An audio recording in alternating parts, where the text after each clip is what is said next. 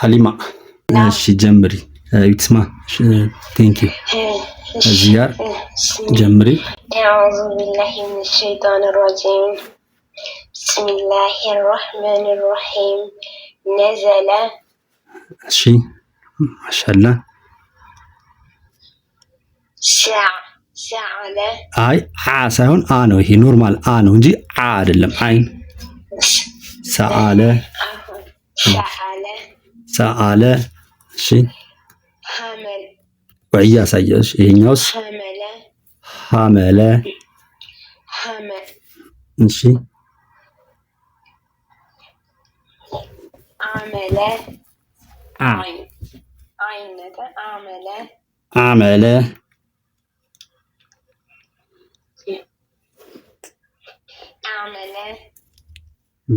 كتم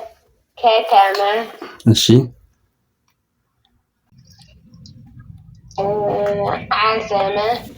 عزم እሺ زعم እሺ حكم ማሻአላህ ማሻአላህ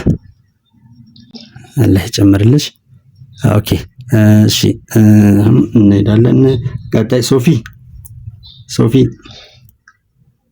ማሻአላህ ብሏት ሐሊማን ፎሎ አድርጓት እሺ ሶፊ ጀምሪ እስቲ እዚህ ጋር ወይ ያኪ እናትዬ አብሽሪ አብረሽን ቆይ ይሰማል ቀጣይ እዚህ ጋር በፈታህ የመጡ አረበኛ ቁርአን ቃላቶችን እያየን ነው ተነሱን በአንደኛ ቤት ብቻ እስኪ ጀምሪ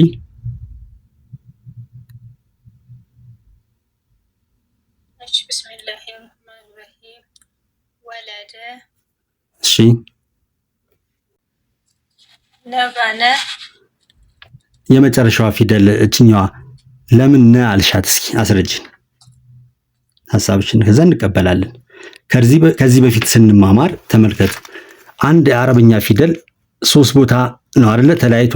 ሲመጣ ማወቅ ያለብን ለምሳሌ ባ ከቃላት መጀመሪያ ሲመጣ ይሄንን አይነት ቅርጽ ይዛል ባ ይዩት ባ ከቃላት መጀመሪያ ሲመጣ ይሄንን ቅርጽ ይዛል ብለናል ባ መሃል ላይ ሲመጣ ምን ብለናል እንደዚህ ዘረጋና እንደዚህ ሆኖ እንደዚህ ሁለቱንም ዘርግቶ እጁን ይመጣል ምክንያቱም ከግራም ከቀኝም ስለሚቀበል ብለናል አይደለ ባ እንደዚህ ይሆናል ሁለቱን እጅ ይዘረጋል ፋይናሊ ሲመጣ ግን ምንድነው ያደረግነው ባ እንደዚህ እጁን ይዘጋና እንደዚህ ያደርጋል ከርሱ በኋላ የለማ በቃ መጨረሻ ላይ ነው ያለው አይደለ ስለዚህ እቺ ኑን ብትሆን ኖሮ እንዴት ነበር የምትሆነው ኑን አይደለችም አይሻት ገባሽ ስለዚህ